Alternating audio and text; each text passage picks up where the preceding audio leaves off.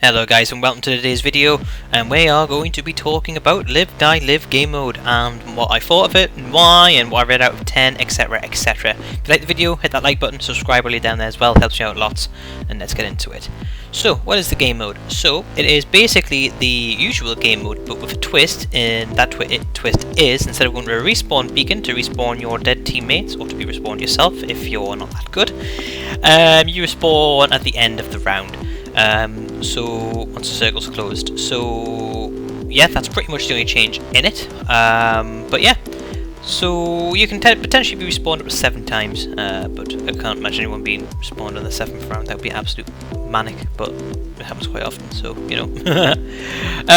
So what was good about the mode? It doesn't take long to get used to. There's no different loot tiers or anything like that, so you basically just drop in and you play Apex the same way you usually would.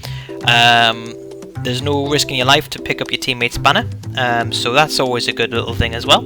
A few times I've been killed trying to pick up my teammate's banners. I don't play crypto that often, so it's not just like I can use the drone and pick it up. Experimental feeling. It does feel a bit experimental in that regards. I did think a couple of times when playing this mode, is this what Respawn was going to do? Is this how they were going to do the respawns in the game? But thankfully they went for the respawn beacon, which I do think is a better and fairer option in my opinion. And there's more kills potentially, so more people can get respawned at once. Obviously there's a limited amount of respawn beacons, but obviously if you're dead and you've still got a teammate surviving at the end of the round, you're back in no matter what, no respawn beacon required, so there is a potential for more kills there. So what was bad about it then? Well, because of there being no limit to how many times you can be respawned, essentially, outside the final circle, kills are a bit less valuable. So usually when you get that kill in a battle royale game, it feels, you know, it feels pretty good because you know that they are pretty much done if you get, especially if you get the squad wipe, which does ring true in this mode anyway. But people are a lot less likely to get the beacon or the box, especially if you're camped around the box in a good location. So kills are a bit less valuable in my opinion in this game mode. But the win is a bit more valuable because there is more people there. It's not different enough to the normal game mode, in my opinion, to call it a limited time event, limited time game mode. I don't think it does enough for me to actually be up there and changing enough for me. But that's just how I felt about it. The opinion side of it is that the respawn timer could have been set after death. So for example, when you die, you'll respawn like say 2 minutes after or 3 minutes after your death, regardless. So you don't have to wait till the end of the round, especially if you die at the start of the round, or if you die right at the end, you're straight back in, which is a bit unfair for the other teammate. Maybe she could respawn like a set time afterwards, so maybe that would be an idea and a way they could have done this. Of course, if everyone respawn at the same time, it does make it fair as well, but that's just a little way of how to think about it. Respawn system is no better or worse in my opinion. I mean, actually I tell a lie, I think the current system is better with the respawn beacon, actually, now that I think about it.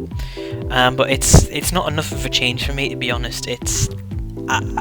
Yeah, that's how I feel. I do think they should have had like a set time after death. So do you know how like it tells you like there's like 50 people left or whatever, like in the top right corner, along with the squads left? Then have like another one coming out of it to say how many people could be revived, and the next, like how many people are due to be revived. I think that would be an interesting twist as well. That would be a good way about it, but that's just my thoughts on that.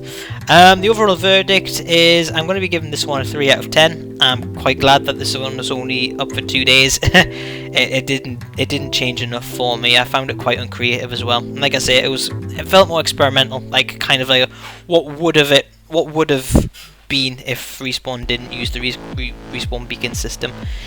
Yeah, it's not for me, guys. It's not for me.